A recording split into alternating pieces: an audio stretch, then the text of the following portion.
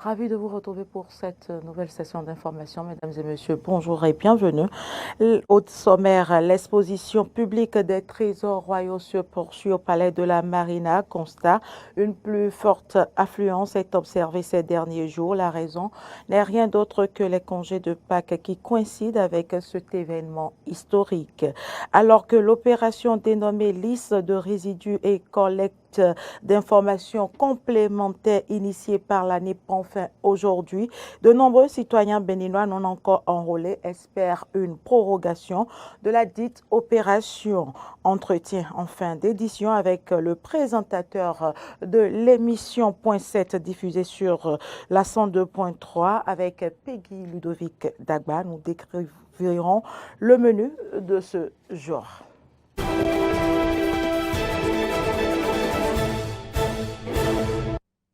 Merci à toutes et à tous pour l'attention. À nouveau, bienvenue. 2 mois après l'ouverture de l'exposition publique des trésors royaux, le nombre de visiteurs ne cesse de monter. Cette semaine, les congés de Pâques ont été mis à profit pour faire le déplacement au palais de la Marina. Pour vous en convaincre, suivez ici le reportage de Clémence Tonocoin. Chaque semaine qui passe bat un nouveau record avec un flot impressionnant de visiteurs. L'après-midi de ce jeudi 21 avril n'a pas été de tout repos pour les médiateurs culturels. À l'entrée du site de l'exposition, c'est des milliers de visiteurs en rang ou assis à même le sol qui attendent impatiemment leur tour. Au même moment, à l'intérieur du musée de circonstance, les vagues de visiteurs se succèdent. L'attention accordée aux explications des guides et les prises de notes traduisent la satisfaction des visiteurs. Je vais faire un tour à la présidence, spécialement à l'endroit où sont exposés nos objets ramenés de la France. Je vous assure que c'est fabuleux. C'est très fabuleux et on est fiers d'être béninois et d'avoir une histoire. Et c'est ce qui nous différencie certainement des autres. Nous avons une histoire et ça nous différencie des autres. Ça fait plaisir. J'étais venu seul et cette fois-ci, je suis revenu avec les enfants. Nous sommes venus voir nos trésors emportés par les Blancs que notre cher président Patrice Talon a ramenés.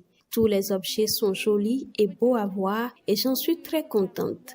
J'ai eu la chance de voir ce que je n'avais jamais vu auparavant. Ils nous ont expliqué beaucoup de choses au sujet de nos rois et ça m'a fait vraiment plaisir. Quand moi je regarde, ça me fait plaisir. De ce que je ne connais pas dans ma vie, c'est aujourd'hui que je sais ça. Ce qu'on est en train de m'expliquer maintenant, je ne sais pas avant. Et c'est aujourd'hui que je sais, ça me fait tellement plaisir. Et tellement beau pour les expositions. Vraiment, c'est tellement beau et mignon. On nous a parlé des rois. Notre roi Grélé, roi Guézo, on nous a montré leur statut et comment il fait leur siège. Là où il s'assoit, on nous a montré. Et il y a des guides touristiques qui nous montrent, ils nous expliquent comment ils ont trouvé les œuvres d'art. Ouais, c'est bien, c'est bien. L'autre motif de satisfaction pour les visiteurs, toutes classes sociales confondues, c'est l'opportunité qui leur est offerte de découvrir le palais de la Marina. Ça fait tellement plaisir de venir ici. Avant là, je n'étais pas qu'un jour, moi aussi, je vais mettre mon pied à la présidentielle. Et c'est aujourd'hui que je suis venu, ça me fait tellement plaisir. Je n'ai jamais mis pied ici. Au moins, à cause de cette exposition, j'ai mis pied à la présidence et je suis contente. Non seulement c'est une belle occasion pour ceux qui ne sont jamais rentrés à la présidence, de rentrer à la présidence et de profiter encore pour voir les objets. Donc vraiment, il n'y a pas d'autre comble là que cela.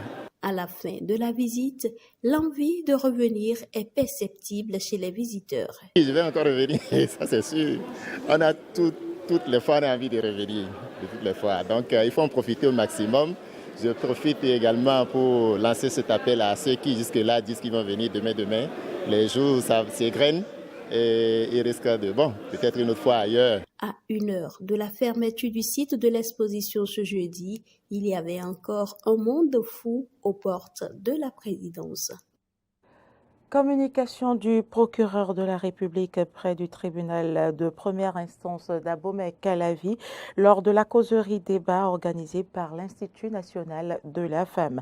La dite communication a porté sur le thème « L'application de la nouvelle loi relative aux infractions commises à raison du sexe ». Il était entre autres question pour Aubin Kodjor d'entretenir les participants sur les dispositions permanentes de la nouvelle loi. On retrouve Clémence Tonoucoin pour le compte-rendu.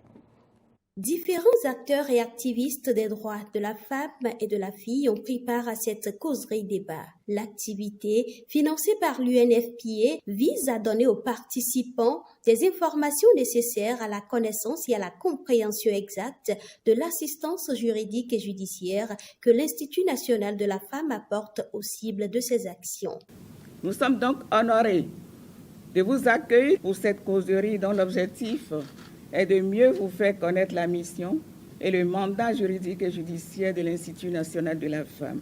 Promouvoir les femmes et les protéger contre toutes les formes de discrimination nécessite le concours de tous.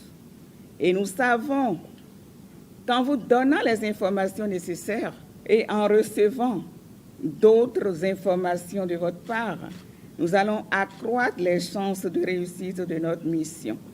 Pour réussir cette mission de l'Institut national de la femme, qui est d'œuvrer à la promotion de la femme au plan politique, économique, social, juridique et culturel, aussi bien dans l'aspect public que privé, et de lutter contre toutes les formes de discrimination et de violence à l'égard de la femme, plusieurs défis restent à relever.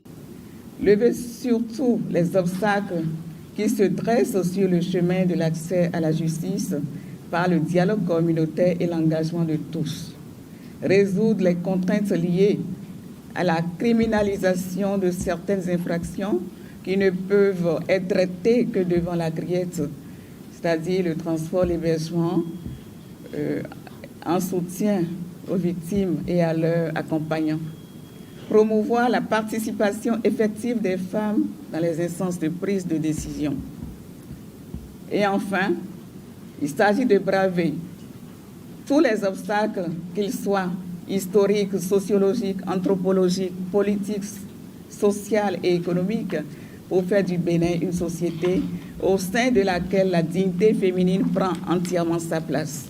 L'Institut national de la femme a bénéficié du soutien de la ministre des Affaires sociales et de la microfinance. Véronique Toïfodé Mewanou estime que la création de cette institution est un tournant historique pour le Bénin en matière de protection de la femme. Je suis vraiment venue en soutien à mes sœurs de l'Institut et je pense que le président de la République a vu juste, il a vu loin en mettant en place ce modèle. Parce que ce modèle prend en compte toutes les failles non comblées du passé. Et lorsque nous avons présenté les différentes avancées, comme je le dis souvent, c'est un tournant historique que le Bénin a pris en matière de protection de la femme. Et lorsqu'on regarde toutes ces avancées, ailleurs, on nous demande même de leur envoyer les statuts de l'Institut. Ils veulent savoir, ils veulent avoir les éléments parce que c'est vraiment un modèle inédit. Et nous sommes sûrs que lorsque nous allons mettre en place les différentes étapes, nous allons forcément avancer vers quelque chose de magnifique pour les femmes. L'Institut national de la femme ambitionne d'atteindre zéro violence faite aux femmes et aux filles au Bénin avec la participation de toutes les femmes, qu'elles soient du milieu rural ou urbain, au bien-être social, au développement durable grâce à leur leadership et leur participation aux instances de prise de décision. L'opération de complément de données pour l'enrôlement au RAVIP s'achève aujourd'hui. Une opération qui concerne tout citoyen béninois en âge de voter ou pouvant l'avoir au plus tard le 8 janvier prochain. Une équipe de la rédaction était sur le terrain pour s'enquérir de l'ambiance des dernières heures dans laquelle se déroule la dite opération. C'est un reportage signé Nadia Akperadji. Prorogée jusqu'au 22 avril prochain, l'opération de complément de données pour la collecte et l'enrôlement au RAVIP continue dans les différentes communes du Bénin. Ici, à l'arrondissement de Golodigbe, dans la commune d'Abomey-Calavi, le bilan à la veille de la fin du processus reste moins satisfaisant pour les populations. Je constate que Si on peut nous augmenter des jours, ça serait bon. Parce qu'il y a beaucoup de personnes qui n'ont pas pu faire jusqu'à fin de cet recensement. Maintenant, je vais demander un peu des excuses. Si on peut passer par village pour faire ça, ça serait bon. De longues attentes qui parfois obligent les citoyens à venir très tôt, mais souvent rattrapés par le temps, retournent chez eux sans être enrôlés. Une situation qui, selon le chef du village de Misebo Espace Saint, nécessiterait en temps normal une nouvelle prorogation de la campagne. Qu'il faut n'est pas en place parce que le nombre de la population de Glodibé aujourd'hui dépasse la seule kit qui a été envoyée vers Glodibé. Et que je prends par ici pour ce canal pour lancer l'appel aux autorités importantes de faire d'urgence pour renforcer et si possible de doubler un peu le temps prévu pour cette opération. Par jour, on a eu une liste de 200-230 personnes, donc on n'arrive pas à tout enrouler. Donc vraiment, alors qu'on devait finir le 22, donc on n'a pas pu enregistrer tout le monde. Il y a beaucoup de personnes qui se plaignent que par-ci, par-ça, on ne m'a pas enroulé, donc vraiment, la durée là, c'est insuffisant.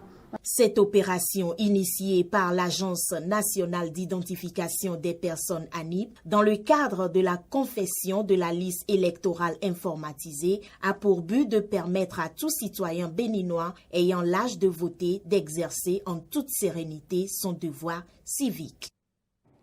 Éliminatoire CAN 2023, les écureuils du Bénin sont fixés sur leur sort quant à leur adversaire. Le Sénégal, le Rwanda et la Mozambique sont les équipes à affronter pour être au rendez-vous du football africain en Côte d'Ivoire.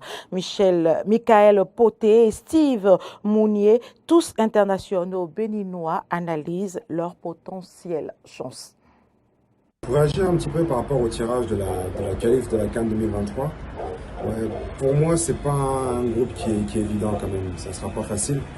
Maintenant, on sait la qualité des équipes africaines maintenant. On a beaucoup évolué, le continent a beaucoup évolué. Et d'autant plus que là, il se trouve qu'on est dans la poule du champion d'Afrique. Actuellement, c'est le pays que l'on parle de partout actuellement.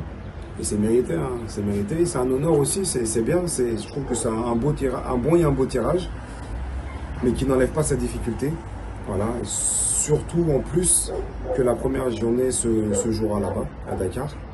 Donc voilà, après maintenant nous en ce qui nous concerne, c'est un bon challenge, c'est un beau challenge, ça ne sera pas évident, mais peut-être aussi commencer peut-être d'une belle manière, en essayant de faire aussi un petit peu oublier notre dernière campagne. Qui est, même si on cherche à oublier, qui est toujours un petit peu en travers de la gorge, etc. Donc voilà, c'est pas mal. Il ne faut pas sous-estimer les autres équipes comme le Mozambique ou aussi le Rwanda, des équipes qu'on a déjà eu auparavant à jouer. Notamment le Mozambique, il faut faire attention, c'est une équipe qui a posé beaucoup de problèmes à la Côte d'Ivoire dernièrement. Donc voilà, c'est intéressant, c'est toujours excitant de jouer ce genre de compétition. On le sait. Vraiment, on veut vraiment entre guillemets, se rattraper, se racheter. Et voilà. J'ai confiance au groupe, j'ai confiance. J'ai toujours la même motivation pour pouvoir aider le pays de près comme de loin. Ça ne changera pas. Et ce qui a fait notre force, c'est cette solidarité-là. Et on veut continuer sur cette lancée-là, peu importe ce qui se passera, mais vraiment, je l'ai toujours dit, je le dis souvent, avoir des remords au pire, mais pas de regrets, c'est-à-dire tout donner. Et voilà, ça ne sera pas facile, mais voilà, je sais qu'avec un peu de bonne organisation dans tous les sens du terme, de l'intérieur comme de l'extérieur, en allant tous vers la même voie comme on a su faire par passé, je pense qu'on aura une petite chance d'aller titiller, ne serait-ce d'abord bien sûr le favori qui est le Sénégal, ou même les autres équipes. Voilà, comme j'ai dit, il faut toujours gêner. On a les armes pour. On est tombé dans un groupe assez homogène, je dois dire, face aux champions d'Afrique tout d'abord, ce qui va pas être une mince affaire. On sait à quel point leur équipe est talentueuse et voilà, c'est le champion d'Afrique, donc pour leur prendre des points, ça va pas être une mince affaire. Ensuite, on est tombé aussi contre le Mozambique et le Rwanda, deux nations que je ne connais pas, que je n'ai jamais affrontées. Mais j'ose espérer que c'est deux nations qui produisent du beau football. Et pareil, je pense que ça va pas être simple de jouer face à ces deux pays. Mais voilà, ça va être de bons matchs, je pense. Voilà, ça va être un plaisir de jouer dans le nouveau stade de Dakar et puis aussi d'aller jouer au Mozambique et au Rwanda. Mais voilà, l'important c'est que on prenne match par match, qu'on soit très concentré de la première journée à la dernière journée. On sait à quel point c'est important, on sait à quel point il faut pas se démobiliser même en cours de route, même si on pense que on est sur les bons rails. Il faut quand même essayer de tuer la qualification le plus rapidement possible, parce que voilà, aujourd'hui, les dernières journées à l'extérieur nous ont fait très défaut et on n'a pas envie que ça se reproduise. Donc voilà, un groupe où il va falloir faire attention, où il va falloir être très vigilant, car comme je l'ai dit, le Mozambique et le Rwanda, ce sont deux nations qu'on ne connaît pas et il va falloir absolument pas les sous-estimer. Instant entretien, Peggy Ludovic Dagba, bonjour. Vous êtes le présentateur de l'émission Point 7. Vous venez de suivre les analyses de deux joueurs béninois sur les potentielles chances du Bénin dans le cadre des éliminatoires CAN 2023. Dites-moi, Peggy Ludovic Dagba, est-ce que ce sujet sera au menu de ce soir du Point 7? Bonjour à vous, Carole Olaye, chers téléspectateurs, bonjour. Merci de me retrouver encore une fois ce vendredi. Votre question est, comment on va dire, elle est d'actualité. On n'a pas besoin, encore une fois, je ne vais pas de faire d'autres éléments ou de rater le coach, comme on le dit. Carole Olaye, c'est la question du moment. Ça vient de se faire et vous savez, c'est ce que tous les Béninois ont sur la bouche.